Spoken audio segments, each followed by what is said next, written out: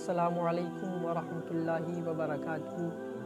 अस्सलातु वस्सलामु अलैका या रसूलल्लाह, अस्सलातु वस्सलामु अलैका या नबी अल्लाह, अस्सलातु वस्सलामु अलैका या हबीबल्लाह व अला आलिका व अस्हाबिका या नूर अल्लाह। उम्मीद है आप तमामी हज़रात खैर व आफियत से होंगे। आज इंशाअल्लाह हम और आप अल्लाह रब्बुल इज़्ज़त के ताल्लुक़ से गुफ्तगू करेंगे कि हमें मोमिनों को, मुसलमानों को अल्लाह के बारे में कैसा अक़ीदा रखना चाहिए, अल्लाह के बारे में हमारी सोच कैसी होनी चाहिए। अल्हम्दुलिल्लाह रब्बिल आलमीन कि हम और आप मुसलमान हैं, ये अल्लाह का लाख लाख एहसान अज़ीम है हमारे और आपके ऊपर। अल्लाह एक है और वो हमेशा से है और हमेशा रहेगा। उसकी ज़ात में किसी को शरीक नहीं किया जा सकता। अगर कोई ऐसा करता है तो वो कुफ्र करता है और वो काफिर हो जाएगा। इसी तरह उसकी खुदाई में भी किसी का कोई दावा नहीं कर सकता। वो अकेला है, वाहिद है और उसकी ज़ात तो एक ऐसी ज़ात है जो हमेशा से है और हमेशा रहने वाली है।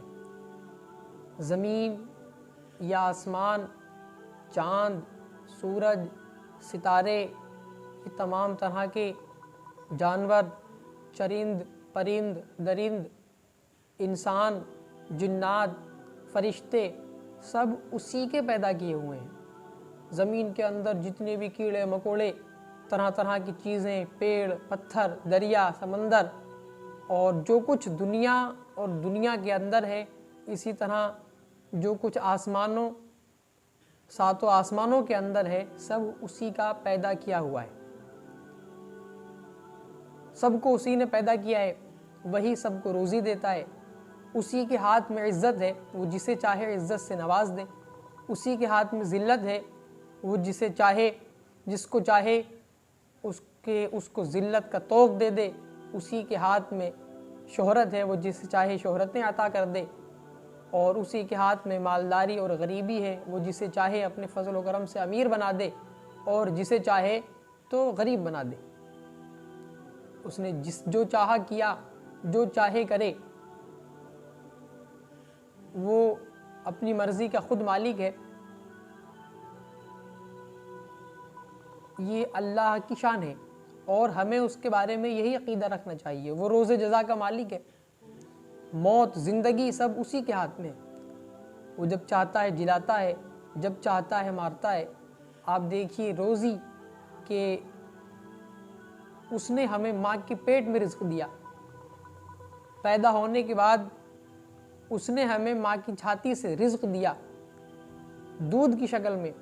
उसके बाद जब हम बड़े हुए तो जैसे जैसे हमारी ज़रूरतें उसके मुताबिक वो हमें रिज़्क़ देता रहा। सुभान अल्लाह। और वही राज़िक़ है, वही हमारा मालिक है, वही हमारा खालिक है। सुभान अल्लाह। उसकी शान का तो यह आलम है कि हम और आप उसका अंदाज़ा नहीं लगा सकते। फिर भी मैं आपको छोटा सा एक वाक़या हज़रत मूसा अला नबीना अलैहिस्सलातु वस्सलाम को बताता चलूँ कि अल्लाह रब्बुल इज़्ज़त ने हज़रत मूसा से फरमाया, मूसा पत्थर में अपनी छड़ी को मारो, अपने आसे को पत्थर में मारो। जब हज़रत मूसा ने उस पत्थर में अपने आसे को मारा तो वो पत्थर दो टुकड़े हो गया और उसके अंदर से एक सब्ज़ कीड़ा उन्होंने पाया और वो कीड़ा उस पत्थर के अंदर अल्लाह का जिक्र कर रहा था। सुभान अल्लाह। हज़रत मूसा ने उस कीड़े से पूछा तो अल्लाह की इबादत में वो कीड़ा उस पत्थर के अंदर मशगूल था और उसको उस पत्थर के अंदर अल्लाह रब्बुल इज़्ज़त की तरफ से रिज़्क़ अता किया जाता था। सुभान अल्लाह। कैसी शान वाला हमारा रब है। तो हमें उसके बारे में यही अक़ीदा रखना चाहिए, कभी भी उसकी खुदाई में और उसका हमें किसी को शरीक नहीं ठहराना है। और इसी तरह बाज़ लोग अल्लाह को अल्लाह मियाँ कहते हैं। ऐसा कहना ये इंसान को गुमराही की तरफ ले जाता है।